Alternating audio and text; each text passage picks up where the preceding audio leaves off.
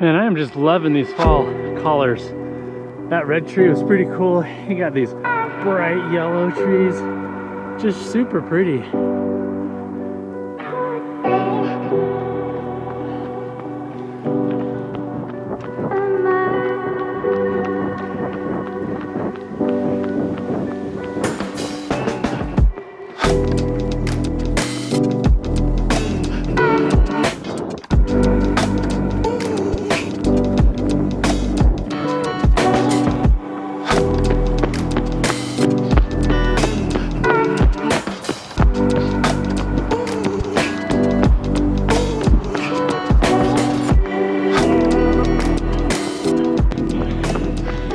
Well, good morning, and a good morning it is.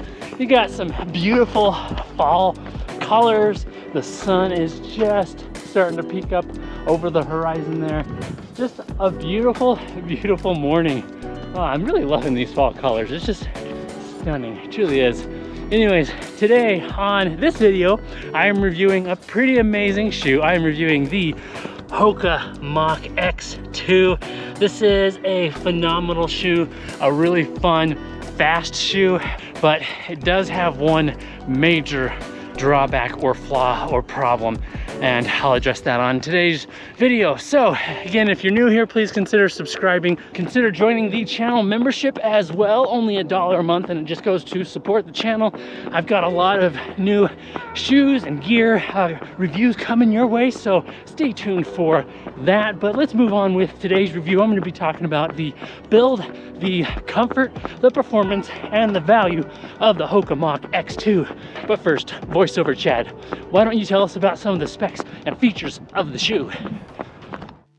Hoka states, the Mach X2 brings the heat to speed work. We combined an extra resilient PIBA top midsole and increased rocker profile for an aggressive toe-off, then extended the P-back's plate design for enhanced support and propulsion.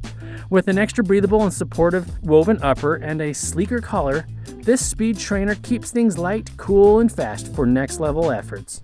As for some of those specs and features, you get a lightweight and breathable woven upper, a fully gusseted tongue, PIBA and EVA foam midsole, P-back's plate, which extends the entire length of the shoe, 44 millimeters of heel stack, 39 millimeters of toe stack in a men's size, and 42 millimeters of heel stack, 37 millimeters of toe stack in a women's size for that 5 millimeter drop, weighing in at 260 grams or 9.2 ounces in a men's US size 10, or 221 grams, 8 ounces in a woman's size US 8.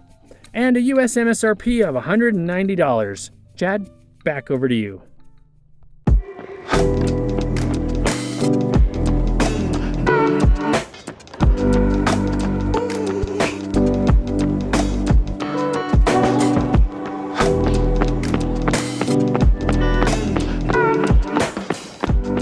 I'd like to thank Hoka for sending me this shoe for the purpose of review, but know that all thoughts and opinions are strictly my own. Also, all the B-roll footage that you're gonna see in this video was recorded after this run, so you're seeing the shoe in its true and current state. I've accumulated over 50 miles, almost 60 miles in the shoe. It's one that I've continued to run in quite a bit over the last few weeks, and I've really enjoyed myself.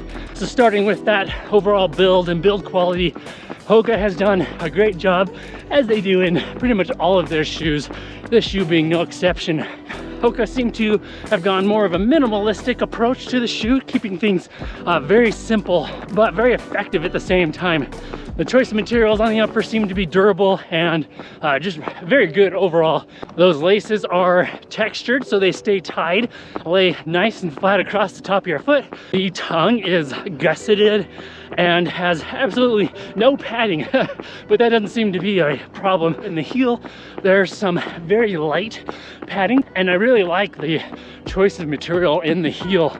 Even though there's not much padding, the material seems to, I don't know, have a, like I said, a texture to it, so it really helps hold your foot, your heel in place nicely. Good choice of material. But I do have one major issue with that heel. I'll talk about that in the comfort part of this video. The heel is not very structured. It's quite flimsy actually, but again, doesn't seem to be a problem. Moving down the shoe, you get a very nice EVA and PIBA midsole. Oh, it is a lively shoe. But from a durability and build quality perspective, I think it's very nice. And so far it continues to just feel really bouncy and fun. I don't think it's gonna go flat on you prematurely. And then of course you get that P-Bax plate, help propel you on your stride. And then the outsole rubber also seems to do adequate. It's placed on the shoe right where you need it, not where you don't, helping to keep the weight low. And it all comes together in a very lightweight package, the sum of its parts being great, the whole being even greater. So build quality, top notch. I'm gonna give it a 9 out of 10. So this shoe surprised me when I first pulled it out of the box and put it on my foot. Considering that there's not really a whole lot going on, I didn't expect it to be overly comfortable, but boy was I wrong. That first run, blown away, and I continue to be very pleased with the comfort. Starting with the upper, I feel like it wraps around my foot just really, really nicely, giving it a nice, secure hold. It's definitely a sporty fitting shoe. It's not wide at all, so it's definitely for those faster runs. And while the tongue is not overly padded, hasn't seemed to be too much of a problem at all. The laces do lay flat on my foot, and as long as I get the tension correct, then there's no pinching or hot spots across the top of my foot. Not a ton of room in the toe box, but for a speedy, faster tempo, potentially race day shoe, that's not what I'm really looking for. This shoe fits true to size. Coming around to the heel. Ooh, that is one major problem in this shoe. I feel like my heel is held nice and secure, no complaints on the heel itself, but the Achilles area of the shoe, let me show you. So along the Achilles, right here, it rubs. And I ended up flapping this down, which I think helps, but on today's long run, I was really concerned, so I did apply a little bit of KT tape. I had noticed that it starts to rub on my Achilles just a little bit. I never started to bleed, but it was noticed and did create quite the hot spot. My skin was starting to rub a little bit raw after even just a few miles in the shoe. And I was really concerned on today's long run. I'm about mile 15 of my 20-mile run, and I didn't want that to be a problem. The KT tape is saving me. You notice that the sock did come up over the back of the Achilles area there, but it still would rub even through the sock. So the KT tape is key if you're gonna get this shoe. And that's the biggest drawback to the comfort in the shoe. Now moving down the shoe, underfoot comfort is amazing. Okay, that PIBA and EVA midsole. It's a dual layer midsole, so you have slightly more dense foam on the very bottom of the shoe, and then a lighter, more bouncy foam on the upper part above the P-Bax plate. Now both foam formulas are quite soft and bouncy and just a lot of fun to run in. The more you put into the shoe, the more it gives back, the more rewarding it becomes as you pick up the pace.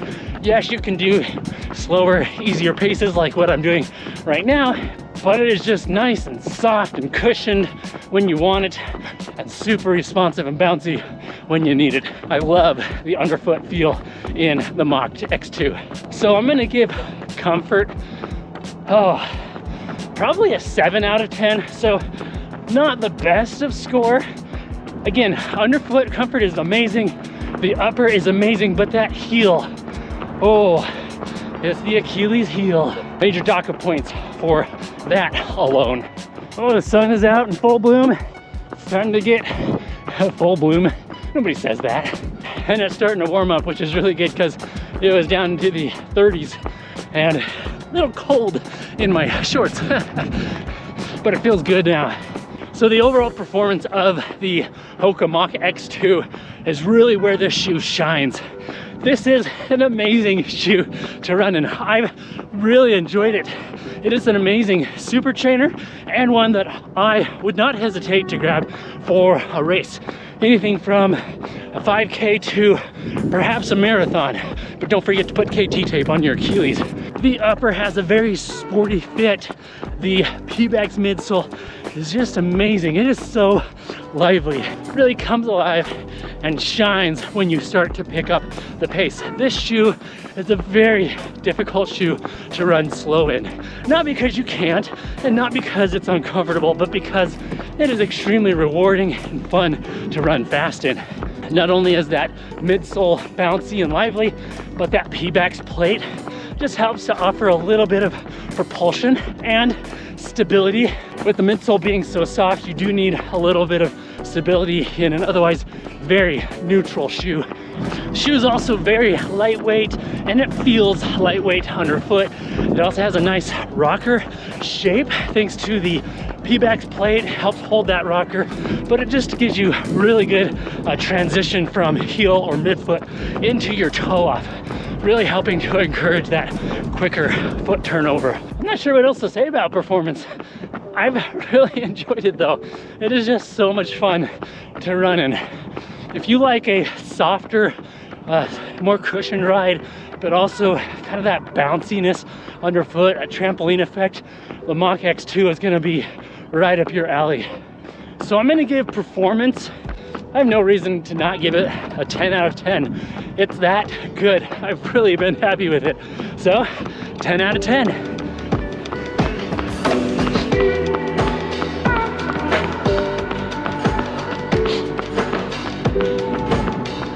So now let's talk about the value. At $190 US MSRP, this shoe is not cheap. There are more expensive high performance super trainer type shoes. Now, if you're looking for a very good super trainer, yeah, I think you should absolutely consider this shoe.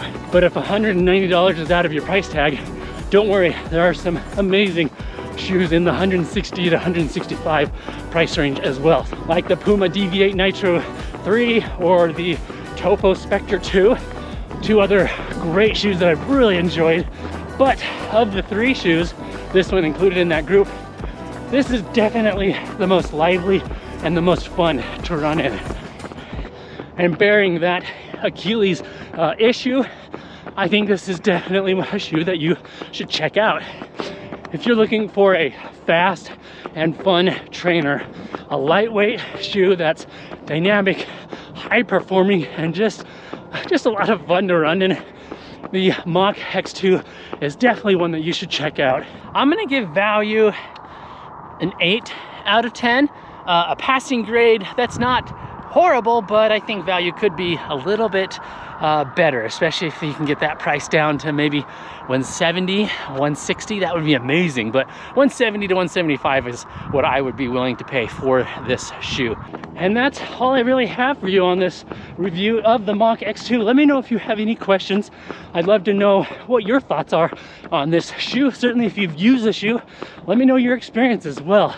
I'd also like to thank you for being here on the channel today, joining me on this video. Please subscribe. I'd also like to thank my sponsors, specifically Hydro Pack, for creating some pretty awesome products like these 150 milliliter soft flasks. There's a affiliate link down in the description below. You can get 10% off. Also, you can see here the feed for providing me with some amazing gel and other nutrition and hydration products. They have a whole slew of stuff available on their website that you can use to fuel your next run or adventure. So definitely check them out. Affiliate link down below, and you can get a $15 credit. In these soft flasks, I put SIS beta gel in one, and I have another one with untapped maple syrup. But it's pretty convenient. Instead of having to carry around multiple gels, I just carry around the little soft flask, and then I can get a whole bunch of calories and carbs all in one place. Very convenient. 500 calories in one of these with the SIS beta gels or the maple syrup, untapped maple syrup. Just a really convenient way to carry around extra calories without carrying all the extra individual packets. And then lastly, T8 for creating some amazing products like these Sherpa shorts. They have the integrated waist belt. Today I went on a long run, 20 miles for the day, and I was able to carry 2 gels, my phone, and some toilet paper, which was a good thing because the porta potty was out of toilet paper. All right, thank you for being here on the channel today. Appreciate you. We'll wrap up this video by leaving off, as we always do. Remember to be consistent, express gratitude, and enjoy every mile. I will see you on the next video. Stay tuned for more. Bye.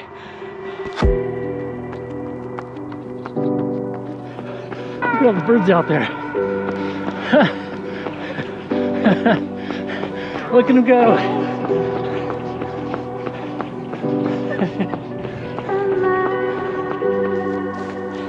Always got to come back for the camera.